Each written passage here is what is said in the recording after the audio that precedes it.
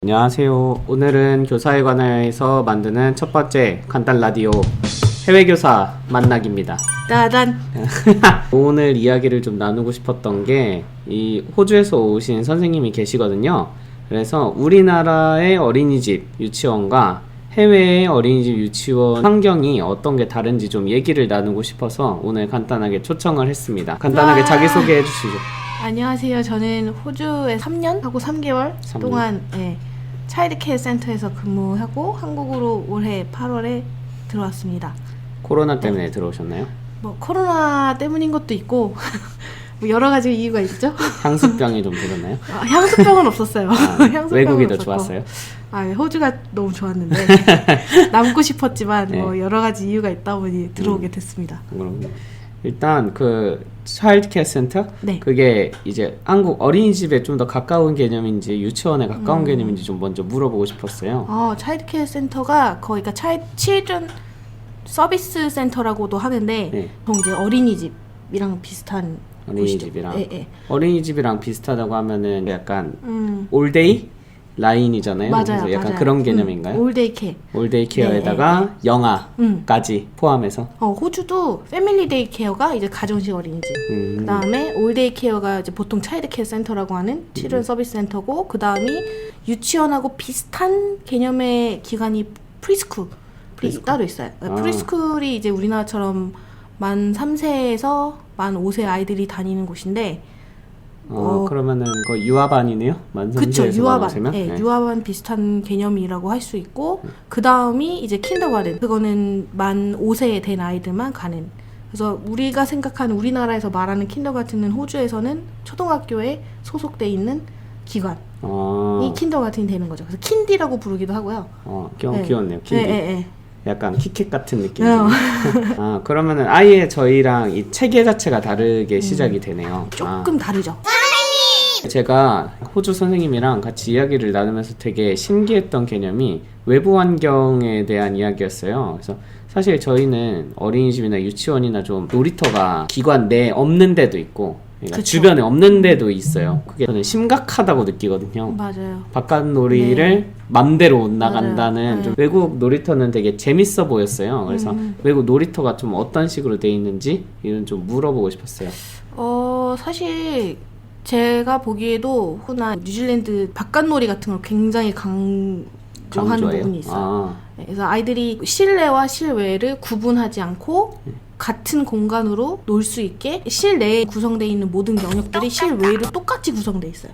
그러니까 실외에도 드라마틱 플레이 할 수 있는 영역을 항상 만들어 놔야 되고 그 다음에 책을 볼 수 있는 공간 그리고 그림을 그릴 수 있는 공간 모든 영역들이 다 구성이 돼 있어야지 아이들이 실내와 실외를 자유롭게 왔다 갔다. 그래서 교사들은 그냥 그 아이들을 따라서 내가 관찰하고 있는 아이들을 따라서 뭐 내가 담당하는 아이가 바깥에 나가 있으면 뭐 그쪽 나가서 관찰을 하고 뭐 그런 식으로 굉장히 능동적으로 아이들이 그러면은 그러니까 좀 비율이 어떻게 되는지가 좀 궁금하네요. 이 교사 비율이 이게 굉장히 나라마다 또 지역마다 다 다른데 제가 있던 데는 이제 호주 시드니의 기준으로 이야기를 하면 0세에서 2세까지 만 1대 4, 그 다음에 만 2세에서 3세까지가 1대 5, 그리고 만 3세에서 5세까지가 1대 10 이렇게 되고 있어요.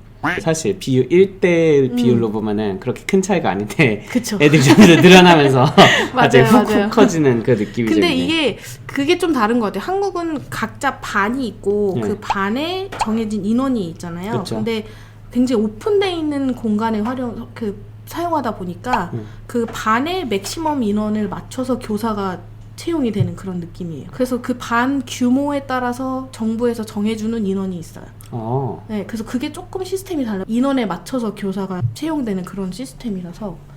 네, 그러면은 이제 국가에서 정해준다 그랬잖아요. 네. 그 국가 정한 거 사실 우리나라도 존재는 하는데 잘 안 지키잖아요. 그러면은 이제 그 뉴질랜드나 아니면 호주 같은 데 이런 정부의 개입 같은 게 있어요. 자주 오나요? 자주는 아닌데 평가 인증 비슷한 ANR이라고 하는 그 기관에서 교육부에서 와요.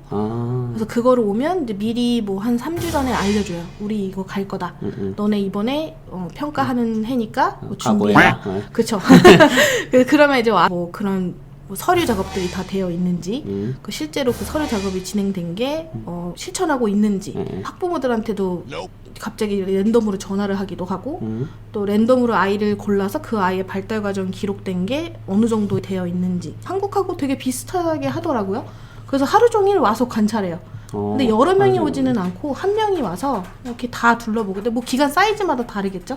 그래서 저희 있던 기간은 그렇게 큰 회사는 컸지만 제가 근무하던 그 건물은 큰 기간이 아니었어서 그때 한 명이 와서 그때 하루 종일 다 지켜보고 아이들하고 어떻게 상호작용하는지, 어떻게 환경 구성을 했는지.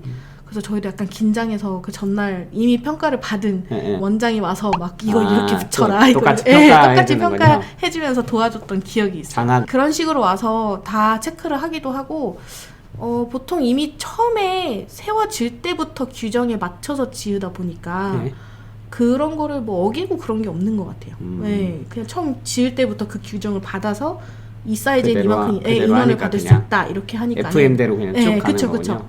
서류 얘기가 나왔는데 또 저희 어린이집 유치원 선생님들은 또 서류에 민감하잖아요. 서류의 양에 대한.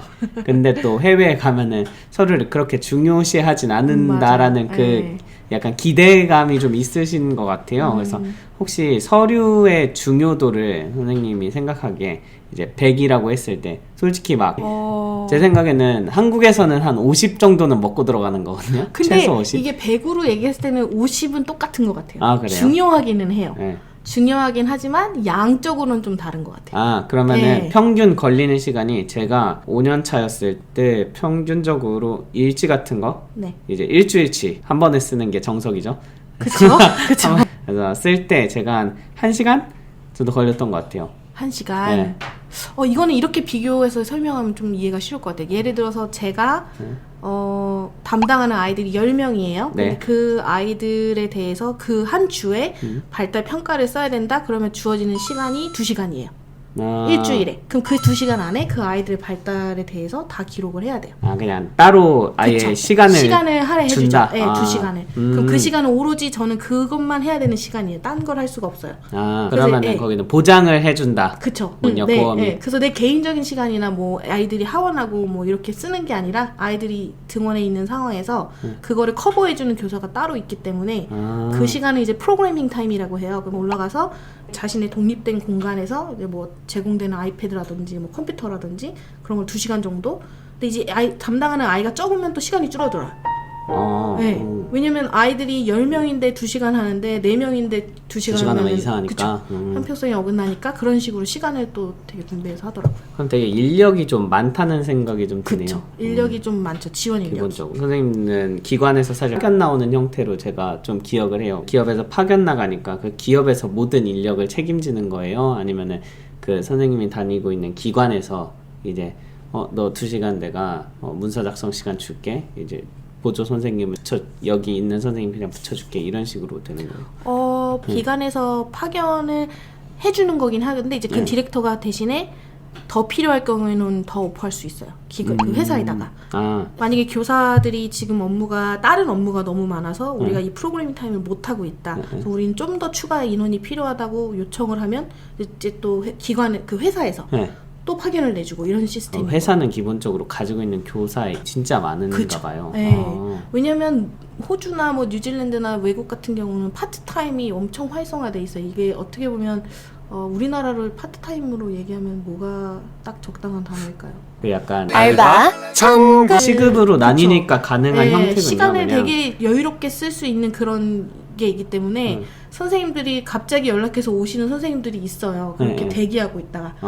그런 선생님들이 많다 보니까 집에 아기가 있어서 내가 풀타임으로 일은 못 하는데 일은 해야 되겠고, 또 아니면 뭐 집에 아기가 학교를 뭐 항상 가서 나는 놀고 있지만 나 5일 내내 일하는 건 좀 힘들 것 같아. 나는 좀 여유롭게 시간 조절하면서 하고 싶어 하는 사람들이 이제 파트타임을 많이 해요. 살아있는 알바 천국이네요. 그쵸. 우리나라도 됐으면 좋겠습니다. 제가 맨날 얘기하지만. 시급이 아니라서 되게 맞아요. 사실 힘들어요. 만들어지기는 어려운 개념이긴 하네요. 계약을 하잖아요, 보통. 그래서 저희가 회사가 계약을 해요. 대회가 있으면 그 사람들한테 촥 문자를 보내요. 이런 기관에서 몇 시부터 몇 시까지 교사가 필요한데 올 수 있는 사람 손들어 약간 이런 느낌이에요. 디렉터가 일을 잘해야 돼. 그쵸. 디렉터의 역할이 엄청 크죠. 우리나라는 보통 바깥에 나가가지고 막 무궁화 꽃이 폈습니다. 그대로 멈춰라. 그쵸. 많이 하는데 혹시 이제 호주나 다른 나라에서는 이거 우리나라에도 있었는데 하는 놀이가 있었나요? 있어요. 저희 그 덕덕구스라는 게임도 있고요. 덕덕쿠스? 덕덕구스가 약간 그 손수건 돌리기. 뒤에 놓고 달리는 거? 네, 근데 이제 동그랗게 앉아 있는데 네. 머리를 이렇게 치면서 네. 덕덕덕 하다가 구스 하면은 그 사람이 아, 잡는 거예요. 그러니까 쌀 보리쌀이 그쵸. 이걸로 옮겨간 느낌이네요. 그래서 약간 손수건 놓으면은 잡아야 되잖아요. 네, 네. 그대로 멈춰라처럼 노래 틀어놓고 아무 노래나 틀어놓고 뭐 동요도 괜찮고 뭐 아이들이 들을 수 있는 팝송 같은 경우 거 틀어놓다가 갑자기 멈추면 멈춰야 되고 뭐 이런 식으로 하는 게임도 있고. 애들이 들을 수 있는 팝송은 어떤 게 있어요? 이거는 우리나라에서도 이제 애들이 좋아하는 노래가 있잖아요. 옛날에 아이콘 노래 사랑을 했다. 아, 그쵸, 그쵸, 이게 그쵸. 진짜 엄청 대박이 터져가지고 애들이 계속 불렀는데